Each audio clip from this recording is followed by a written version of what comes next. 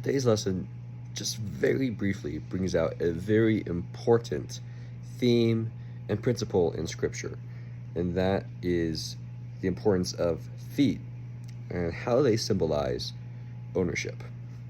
We see the example of this in the book of Job, where when God asks where Job is coming from, Job responds by walking to and fro across the face of the earth.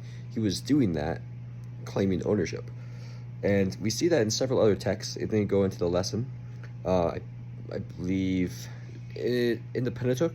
It might also be in Joshua. It talks about walking to and fro, claiming ownership. And there are many other texts that establish that principle. In Psalm 47, verse 3, I think, 3 or 4, also underscore the importance of feet and ownership. You're putting rulership over something when it's like your footstool. And how this comes out and how this is applicable is prayer walking. It is the idea of claiming territory for God, walking in your neighborhood, walking in the place where you're going to do evangelism, and praying for that territory. And some good resources or people that you can watch for this is Alex Nicolescu or Levi Longoria.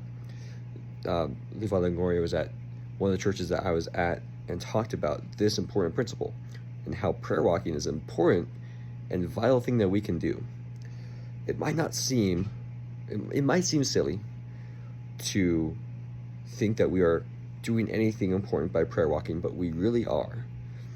There is a spiritual battle going on that we might not be able to see, but we can definitely impact it by praying and asking for God to claim territory and claiming that territory on behalf of God.